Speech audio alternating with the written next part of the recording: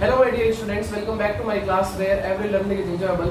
और आज हम पढ़ेंगे कि किसी भी पैरेलल प्लेट कैपेसिटर के बीच में अगर हम जो है वो उसके पूरे ही प्लेट के बीच में अगर हम डाइलेक्ट्रिक भर दें तो उसके कारण जो है वो कितना कैपेसिटेंस होता है, या हम क्या करें किसी टी थिकनेस की जो है वो एक डाइलेक्ट्रिक कांस्टेंट अगर उसके बीच में अगर रख दें, हम पैरेलल प्लेट कैपेसिटर के बीच में रख दें तो क्या होगा।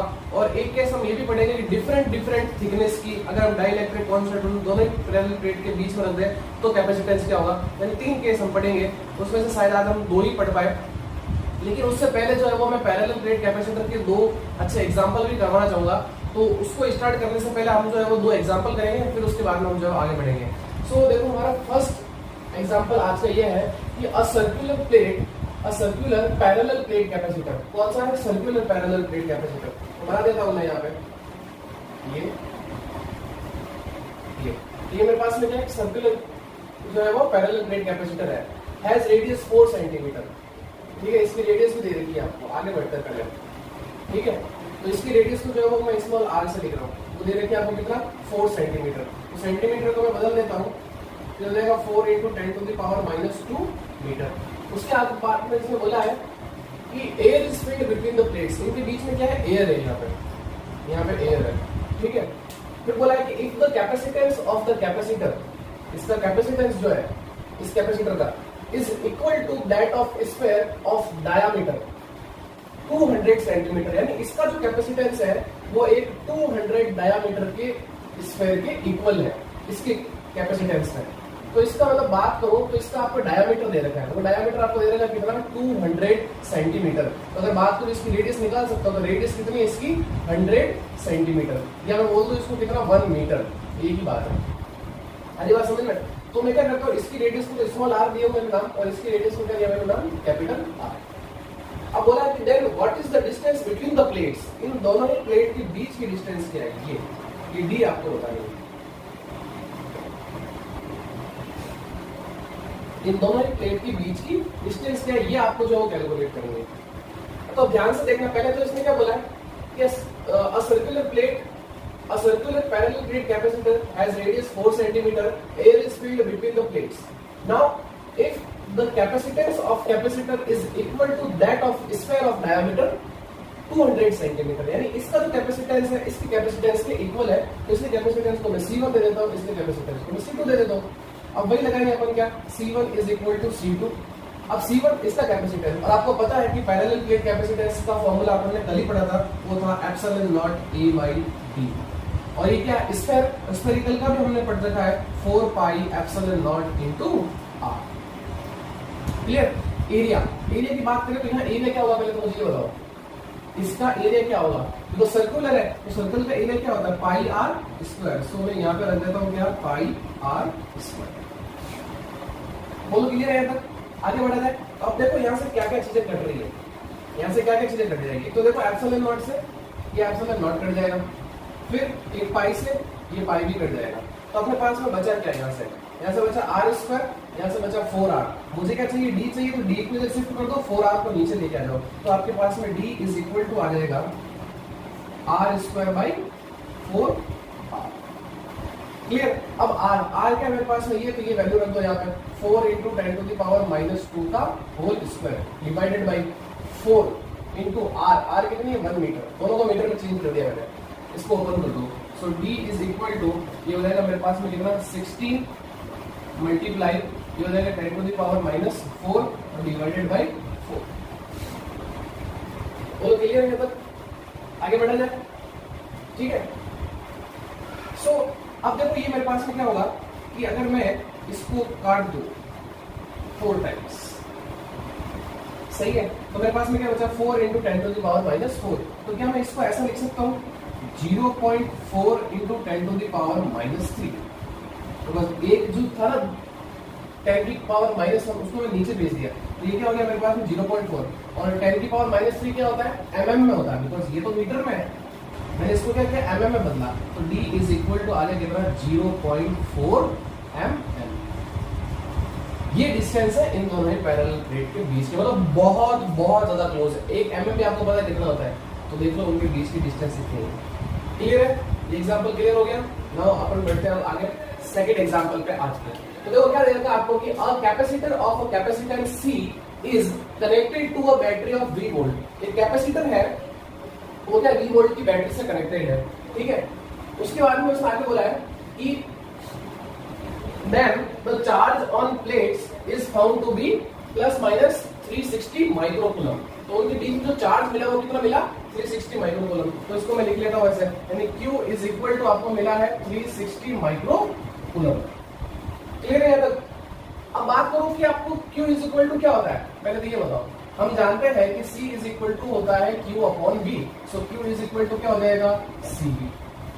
बोलो, तो ये Q की वैल्यू यहाँ रख लेता हूं, तो CV is equal to 360 into 10 to the power minus 3 coulomb. आगे बढ़ता है, इसने क्या बोला है कि if plus minus 120 micro coulomb is charge develop, यानी इतना चार्ज डेवलप होता है कब, when there is decrease of 120 volt in the value of potential difference. PD मतलब पोटेंशियल डिफरेंस, यानी इसे ये कहा है कि अब जो है वो इतना चार्ज डेवलप होता है, ठीक है ना, उस कैपेसिटर में, कब, जब आप क्या करते हो उसके वोल्टेज में कितना डिक्रीज लेके आते हो 120। तो इसका मतलब ये यही तो बोल रहा है कि ये तो सी को ऐसे कैसे रहने दो, वोल्टेज में कितनी कमी करनी है आपको 120। ये मैं यहाँ पर लिख देता हूँ according to question, according to question, according to question ये सी और ये हो जाएगा बी माइनस 120।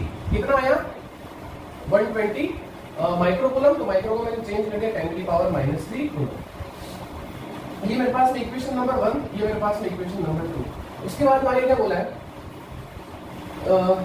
कि देन कैलकुलेट, कैलकुलेट फर्स्ट बोला है कि potential difference V between the plates of capacitor. आपको क्या निकालना है, तो V निकालना है। तो करना कुछ नहीं, आपको इक्वेशन 1 को डिवाइड कर दो इक्वेशन 2 से, इक्वेशन 1 डिवाइडेड बाय इक्वेशन 2। तो ये देखो CV upon C V minus 120 is equal to, ये हो जाएगा 360 into 10 to the power minus 3 divided by 120 into 10 to the power minus 3। तो देखो ये यहां से C से ये C कट जाएगा, ये कैंसिल आउट हो गया, ये भी कैंसिल आउट हो जाएगा। ये देखो कितने टाइम्स कट गया, 3 टाइम्स कट गया। अगली बार समझ में आया। तो अब देखो क्या हुआ, अब देखो नेक्स्ट, तो ये मैं जो इसको व्यवस्थित कर देता हूँ। यहाँ तो मेरे पास बच गया V इज इक्वल टू, यहाँ से 3 से मल्टीप्लाई हो जाएगा, ये हो जाएगा कितना 3V माइनस, और ये 120 को 3 से मल्टीप्लाई करेंगे तो ये हो जाएगा मेरे पास में कितना 360। क्लियर है यहाँ तक? ये देख लो, आगे आगे आराम से देख लो। C को C से कट कर दिया, 10 की पावर माइनस 3, 10 की पावर माइनस 3 से ये 3 टाइम्स कट गया, इसको उधर से कर दिया, ये हो गया 3V, और ये हो गया कितना मेरे पास में 360। इसको जैसे करना, इसको इधर ले आओ, तो इसका मतलब 3V में से V चला जाएगा, मेरे पास बचेगा 2V इज इक्वल टू कितना 360। क्लियर? और now V is equal to मेरे पास में निकल के आ गया कितना 180 वोल्ट। तो मेरे पास में पहले का तो आंसर आ गया, potential difference between the plates. ये मेरे पास में फर्स्ट का आंसर है, ठीक है। नाउ बात करते हैं सेकंड। सेकंड क्या बोला आपको कि कैपेसिटेंस ऑफ द कैपेसिटर, आपको किसकी वैल्यू निकालनी, C की वैल्यू निकालनी है। तो देख लो, आपको यहाँ से आपको V मिल गया ना, तो V रख दो यहाँ पे, आपको क्या मिल जाएगा C भी मिल जाएगा। तो सीधा ही मेरे पास हो जाएगा फ्रॉम इक्वेशन 1।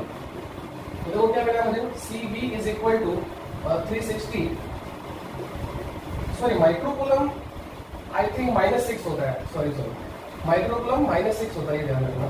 यहाँ पे -6 करता हूँ मैं, माइक्रोकूलम जो है वो -6 होता है, थोड़ी सी गड़बड़ हो गई, ठीक है, कोई बात नहीं। Clear? So CV is equal to 360 into 10 to the power minus 6, और V की वैल्यू अभी निकाली हमने, कितनी आई 180 is equal to 360 multiply 10 to the power minus 6। तो ये मेरे पास में कट हो जाएगा कितना 2 टाइम्स, तो C इज इक्वल टू मेरे पास हो जाएगा कितना 2 into 10 to the power minus 6 तो फैरेड। तो C इज इक्वल टू आ जाएगा कितना 2 micro farad, 2 micro farad. Clear है? अगली बात समझ में। तो C कितना है मेरे पास में 2 माइक्रो फैरेड। नाउ अब थर्ड क्वेश्चन क्या बोल रहा है, थर्ड आपको क्या निकालना है, थर्ड आपको बोला है कि चार्ज आपको निकालना है when the potential difference is increased by 120 volt. क्या बोला आपको, charge when the potential difference is increase by 120 volt. तो चार्ज ये अभी देखो Q इज इक्वल टू क्या CV होता है, क्या मैं नाम दे दूंगा इसको, क्या Q dash is equal to C। अब कितना क्या पोटेंशियल में इंक्रीज 120, तो ये मैंने 120 इंक्रीज कर दिया। अब बताओ चार्ज कितना है, तो देखो Q dash is equal to C अभी हमने निकाला 2 माइक्रोफैरड, तो ये मेरे पास में 10 की पावर -6। V अभी आया था मेरे पास में कितना 180, सो 180 प्लस 120, तो ये हो जाएगा मेरे पास में Q dash is equal to 2 into 10 to the power -6 और 180 प्लस 120 ये मिला के मेरे पास में होगा कितना 300। तो 300 को 2 से मल्टीप्लाई किया तो ये हो गया मेरे पास में कितना 600 into 10 to the power -6 10 to the power -6 coulomb. So Q dash is equal to 600 micro coulomb. बोलो अब तो क्लियर है ये क्वेश्चन। तो बस यही था इसके अंदर, नॉर्मली कुछ नहीं किया, बस कहीं पे एक बार वोल्टेज को इंक्रीज किया, मतलब जो पोटेंशियल डिफरेंस था और एक बार पोटेंशियल डिफरेंस को जो है वो डिक्रीज किया, तो यहाँ पे डिक्रीज किया यहाँ इंक्रीज किया, तो कुछ नहीं, बहुत सिंपल सा था, जैसा क्वेश्चन बोल रहा था वैसा ही मैंने किया। ठीक है, एक बार वापस देखना इसको, आपको समझ में आ जाएगा। सो फटाफट इसको नोट करिए, फिर हम पढ़ते हैं कि किसी भी पैरेलल प्लेट कैपेसिटर के बीच में अगर हम फील्ड पूरा ही कंप्लीटली फील्ड अगर पूरा ही जो है वो डाइलेक्ट्रिक मीडियम भर दे तो क्या कैपेसिटेंस होगा, या हम जो है उसको T थिकनेस के अगर वहाँ पर हम जो है वो एक डाइलेक्ट्रिक कांस्टेंट या डाइलेक्ट्रिक मीडियम रखें तो वहाँ पे क्या हो, तो हम बात करेंगे। तो फटाफट इसको नोट करिए फिर आगे बढ़ते हैं। सो स्टूडेंट्स बढ़ते हैं अब हमारा नेक्स्ट टॉपिक की तरफ, जो है हमारा कि capacitance of a parallel plate capacitor if it is completely filled with a dielectric. ये मेरे पास में पैरेलल प्लेट कैपेसिटर है, इसके बीच मैंने क्या किया, डाइलेक्ट्रिक को जो है वो कंप्लीटली फील्ड कर दिया, और ये वाला जो केस है इसमें मैंने क्या किया कि पार्शियली फील्ड किया। अरे तो capacitance of a parallel plate capacitor partially filled with a dielectric, मतलब कितना सा जो वो डी जो क्या है मेरे पास T थिकनेस का जो मैंने क्या किया डाइलेक्ट्रिक यहाँ पे फील्ड किया, जिसका डाइलेक्ट्रिक कांस्टेंट क्या है एप्सिलॉन r है। तो इसकी चर्चा अपन बाद में करेंगे, पहले इसको पढ़ते हैं।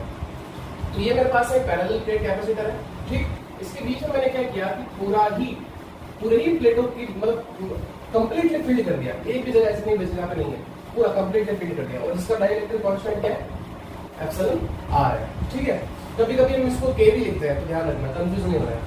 सो अगर मैं बात करूं कि ये नहीं होता तो उससे पहले क्या होता, इसके बीच में एयर थी, सबसे पहले लिखते हैं अपन electric field between the plates when air is filled। आगे बात समझ में, तो वहां पे मेरे पास में क्या होता, तो आपको पता है कि E is equal to sigma upon epsilon naught, यही होता। अब मैंने क्या किया है, इसके बीच में डाइलेक्ट्रिक कांस्टेंट फील्ड कर दिया, तो देखो क्या होगा, यहाँ पे लिख लेता हूं मैं electric field between the plates when a dielectric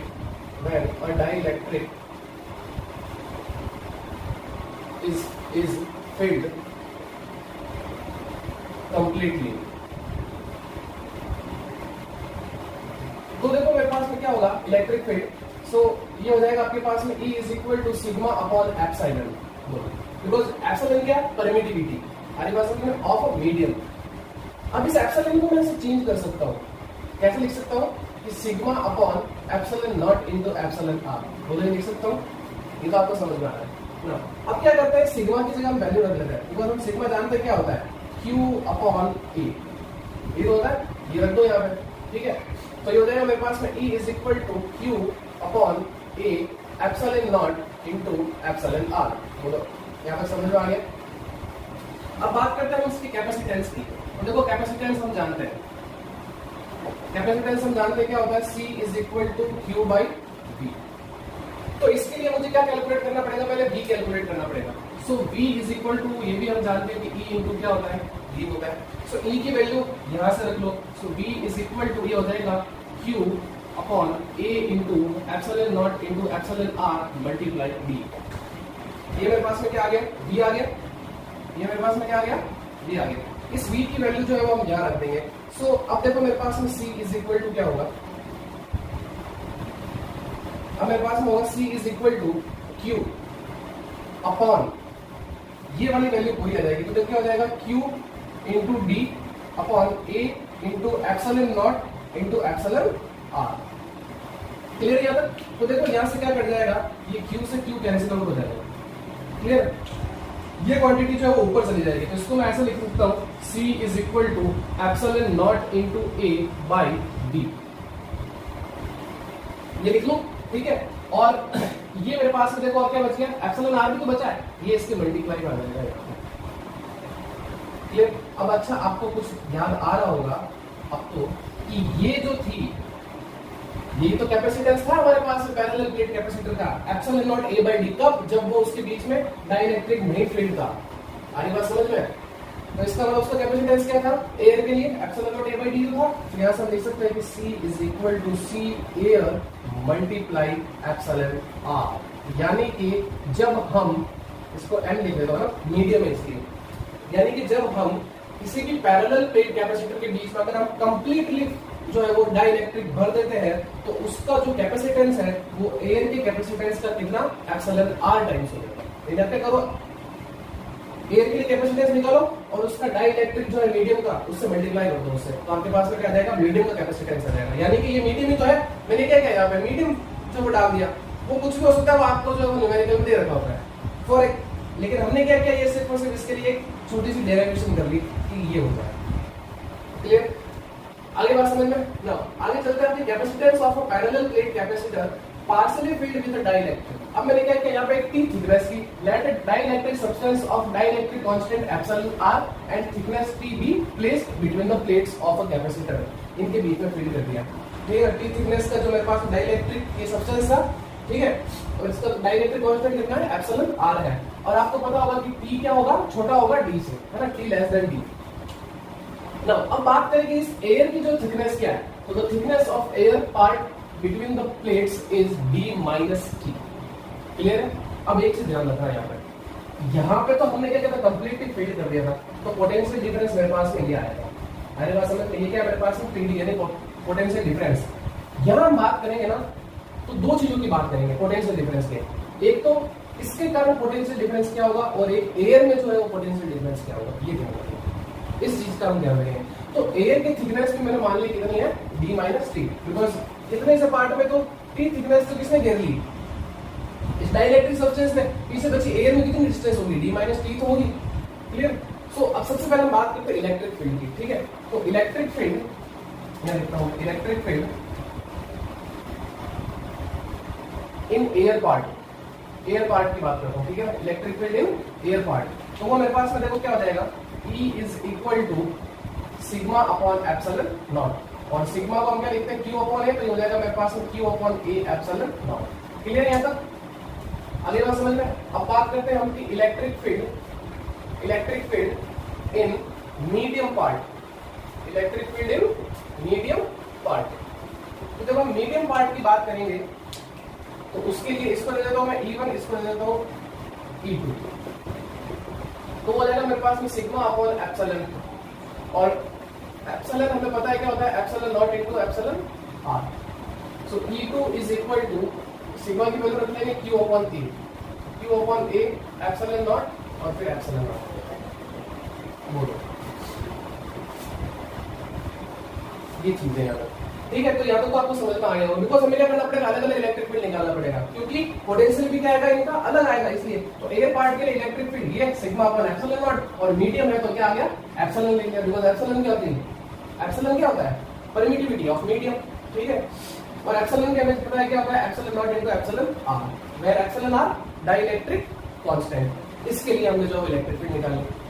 अब हम जो पोटेंशियल डिफरेंस की बात करते हैं, ठीक है ना। सो जो पोटेंशियल डिफरेंस होगा, पोटेंशियल डिफरेंस, तो वो V जो होगा वो क्या, इसको कैसे लिखेंगे कि potential difference in air part,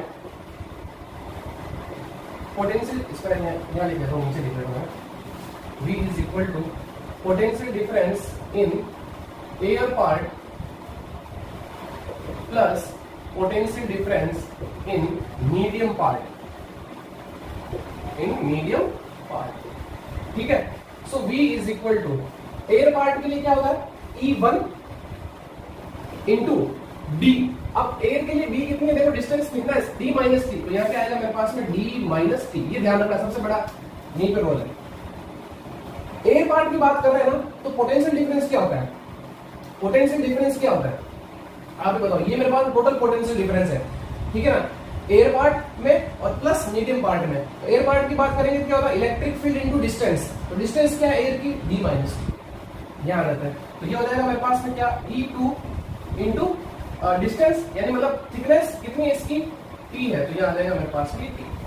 clear, अब वैल्यू रख लो E1 और E2 की, so V is equal to E1 की वैल्यू रखेंगे जाएगा मेरे पास में Q upon A epsilon naught, और ये मेरे पास में D माइनस T, फिर प्लस E2 की वैल्यू रखेंगे, ये हो जाएगा मेरे पास में Q upon A epsilon naught into epsilon R multiply T, ये तो होगा, चेक कर लो एक बार, ठीक है। अब देखो कुछ कॉमन आ रहा है, यहाँ से कॉमन क्या आ रहा है, Q upon A epsilon not दोनों में आया है, तो इसको कॉमन ले लेते हैं, तो ये हो जाएगा मेरे पास में Q upon A epsilon not. Clear है यहाँ तक? नाउ अब मेरे पास में क्या बच गया, यहाँ देखो, यहाँ बच गया मेरे पास में D, एक बच गया मेरे पास में माइनस T, और फिर प्लस, ये तो कॉमन आया, यहाँ से क्या बच गया मेरे पास में T अपॉन एप्सिलॉन R। बोलो क्लियर है यहाँ तक? यहाँ तक समझ में आ जाना चाहिए आपको, यहाँ तक समझ में आ गया, आगे बढ़े चलो। तो अब देखो ये तो मेरे पास में आ गया V, क्लियर। अब बात करूं अगर मैं इलेक्ट्रिक कैपेसिटेंस की, अरे बात समझ में, अब बात करूं मैं कैपेसिटेंस की, तो कैपेसिटेंस आपको पता है क्या होता है, C is equal to Q by V, है ना, C is equal to Q upon V। तो Q तो चार्ज है वैसे, और V की वैल्यू यहां रख दो, तो मेरे पास में देखो C इज इक्वल टू हो जाएगा Q अपॉन V की वैल्यू ये रही Q upon A epsilon naught, और फिर अंदर बच गया मेरे पास में D minus T plus T upon epsilon R। तो देखो यहाँ से जो है वो ये Q से Q कैंसिल आउट हो जाएगा, ठीक है, और ये एप्सिलॉन नॉट A का चला जाएगा, ऊपर चला जाएगा, तो मेरे पास में जो फाइनली जो फॉर्मूला लिखने जा रहा हूँ ये होता है कैपेसिटेंस का, C is equal to epsilon naught A को ऊपर रख दो डिवाइडेड बाय, अरे बात समझ में, ध्यान से देखना, एप्सिलॉन नॉट को रख दिया, और फिर देखो ये मेरे पास में D माइनस, देखो यहाँ से क्या कॉमन आ रहा है, T कॉमन आ रहा है ना, तो ये मैंने T कॉमन ले लिया, यहाँ पे बच गया 1, ये माइनस जो है वो इस प्लस को क्या बना देगा माइनस, और यहाँ पे बच जाएगा 1 अपॉन एप्सिलॉन R। क्लियर है? अरे कुछ नहीं किया है, एप्सिलॉन नॉट A को ऊपर शिफ्ट कर दिया, D की जगह ये D, यहाँ से क्या किया मैंने, ये माइनस और T कॉमन ले गया, तो T कॉमन लिया तो यहाँ क्या बच जाएगा 1, लेकिन ये प्लस है, बाहर माइनस है, तो ये क्या हो जाएगा माइनस हो जाएगा, लेकिन जब आप इसको अंदर भेजोगे तो वापस माइनस माइनस मिलकर प्लस हो जाएगा, तो ये मेरे पास में यहाँ से T कॉमन लेगा, यहाँ 1 बचेगा और डिवाइडेड बाय एप्सिलॉन नॉट। आगे बात समझ में? तो ये था हमारे पास में कैपेसिटेंस की, जब हम जो है वो किसी भी पैरेलल प्लेट कैपेसिटर के बीच में अगर हम T थिकनेस का अगर हम डाइलेक्ट्रिक सब्सटेंस इसमें रख दें, जिसका डाइलेक्ट्रिक कांस्टेंट एप्सिलॉन R हो, उसके लिए कैपेसिटेंस जो है ये निकल जाता है। ये दोनों ही डेरिवेशन इंपॉर्टेंट है, ध्यान रखना, एग्जाम में कुछ भी पूछा जा सकता है, आपको पार्शियल फील्ड भी पूछा जा सकता है ना, आपको बोल सकता है obtain the formula for a capacitance of a parallel plate capacitor partial field with a dielectric constant, इसी तरीके से इसका भी पूछा जा सकता है। आगे बात समझ में? तो फटाफट इसका स्क्रीनशॉट लीजिए आप। सो स्टूडेंट्स, बात करते हैं हमारे आज के लास्ट टॉपिक की, उसमें ये है कि ये थोड़ा सा हमारे पास में इसका थर्ड केस है, ठीक है ना। इसमें ये है कि capacitance of parallel plate capacitor, हम यहाँ पे भी जो है वो कैपेसिटेंस निकाल ले पैरेलल प्लेट कैपेसिटर का, लेकिन field with different dielectrics of different thickness. पहले तो मैंने क्या किया था, पूरा ही फील्ड करना डाइलेक्ट्रिक, फिर मैंने क्या T थिकनेस का ही जो है वो सिर्फ एक ही डाइलेक्ट्रिक वहां पे रखा। अब मेरे पास में डिफरेंट थिकनेस के डिफरेंट जो है मेरे पास में डाइलेक्ट्रिक सब्सटेंस है, ठीक है। तो देखो ये मेरे पास में पैरेलल प्लेट कैपेसिटर, ध्यान समझना, फिर उसके बीच में मैंने क्या किया, एक इस T1 थिकनेस का, एक T2 थिकनेस का, एक T3 थिकनेस का लेके कहा था Tn हो सकते हैं, है ना, और इनके सबके जो है मैं डाइलेक्ट्रिक कांस्टेंट बना दीजिए epsilon R1, epsilon R2, epsilon R3 से लेके कहा था एप्सिलॉन Rn तक, ठीक है। अब बात करूं कि यहाँ पे भाई की जो डिस्टेंस है एयर की, है ना, जो एयर मीडियम उसमें डिस्टेंस कितनी है, तो हो जाएगी मेरे पास में D minus T1 plus T2 plus T3, और ये कहा था Tn तक। आगे बात समझ में? तो यहाँ पे मैं लिख लूं डिस्टेंस, यहाँ पे लिख लेता हूँ ना, distance between air part, distance between air part वो है मेरे पास में क्या, D minus T1 plus P2 plus P3 से लेके कहां तक Pn। आगे बात समझ में। अब भाई कैपेसिटेंस की बात करेंगे तो कैपेसिटेंस मेरे पास में होता है कैपेसिटेंस, तो कैपेसिटेंस मेरे पास में हो जाएगा C is equal to Q by V। ये होगा इक्वेशन नंबर 1 दे दिया। अब मुझे क्या कैलकुलेट करना है, V कैलकुलेट करना है। तो देखो V कैसे कैलकुलेट करेंगे, ध्यान से देखना। इसको मैं थोड़ा सा यहां से हटा देता हूं ताकि जगह थोड़ी और ज्यादा मिल जाएगी। सो V इज इक्वल टू मेरे पास हो जाएगा potential difference in air part plus potential difference in medium part. अरे बात समझ, क्योंकि हमें दो पोटेंशियल डिफरेंस निकालने पड़ेंगे, एयर पार्ट के लिए अलग निकालना पड़ेगा और मीडियम पार्ट के लिए अलग निकालना पड़ेगा। तो पोटेंशियल क्या था, potential difference electric field into distance या थिकनेस जो भी है, यहां पर हम थिकनेस की बात कर रहे हैं, कोई बात नहीं।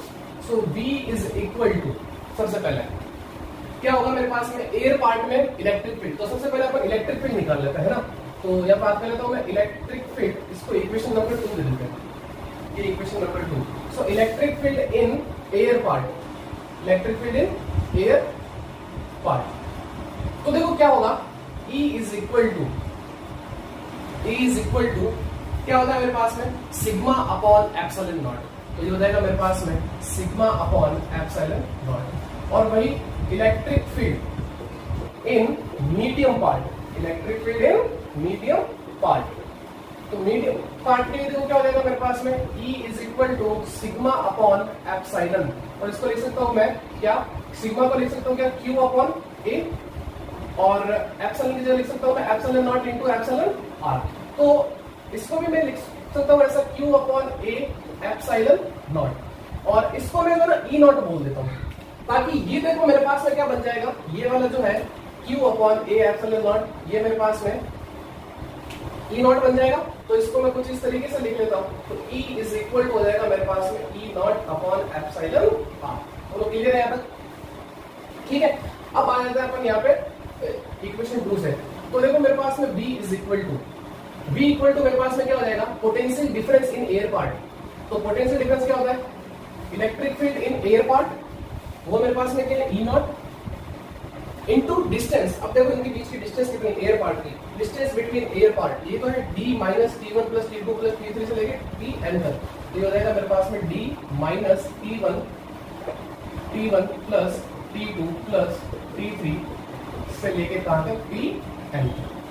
यही तो होगा, इसको थोड़ा सा ऐसा लिख लेते हैं, अब सही ना।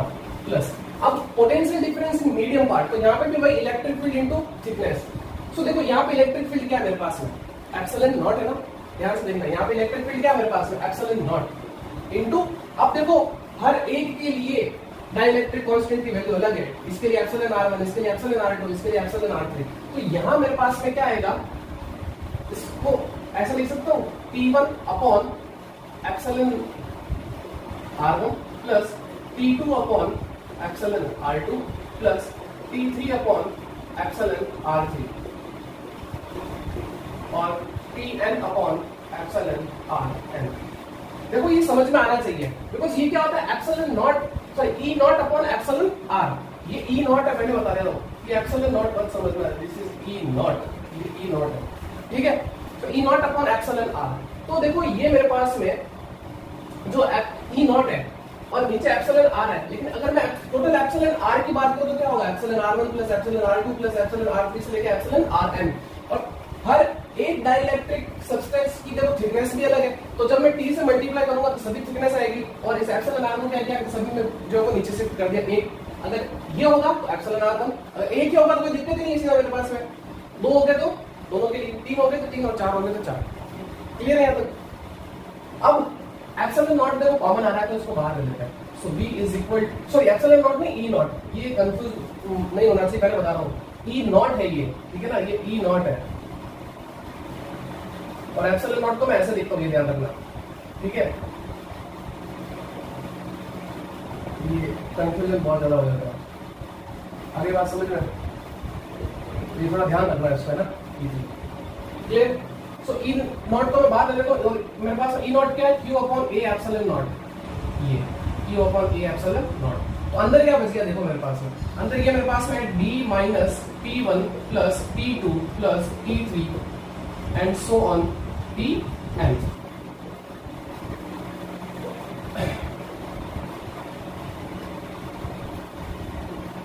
और फिर प्लस यहां से क्या बच गया, P1 upon epsilon R1 plus P2 upon epsilon R2 plus P3 upon epsilon R3 and so on Pn upon epsilon R। ये मेरे पास में पोटेंशियल है। अब ये वैल्यू क्या करेंगे, हम यहां पर रख देंगे, ठीक है ना, पुट इन 1। तो जैसे यहां पर रखेंगे तो मेरे पास में C इज इक्वल टू हो जाएगा, ये Q तो ऐसा कैसे रहेगा, डिवाइडेड बाय क्या आ जाएगा, ये सारी चीज आ जाएगी, Q upon A epsilon naught into D minus P1 plus P2 plus P3 से लेके Pn तक, ठीक है, और फिर plus P1 upon epsilon R1 plus P2 upon epsilon R2 plus P3 upon epsilon R3 plus Pn upon epsilon R। Clear? तो देखो यहां से ये Q से Q कट जाएगा और ये एप्सिलॉन नॉट A का चला जाएगा, ऊपर चला जाएगा। तो फाइनली जो मेरे पास में फॉर्मूला आएगा वो कुछ इस तरीके से होगा, C is equal to epsilon naught into A divided by ये मेरे पास में, तो ये क्या होगा, D minus P1 plus P2 plus P3 से लेके Pn तक, फिर plus P1 upon epsilon R1 plus P2 upon epsilon R2 plus P3 upon epsilon R3 से लेके Pn अपॉन एप्सिलॉन Rn।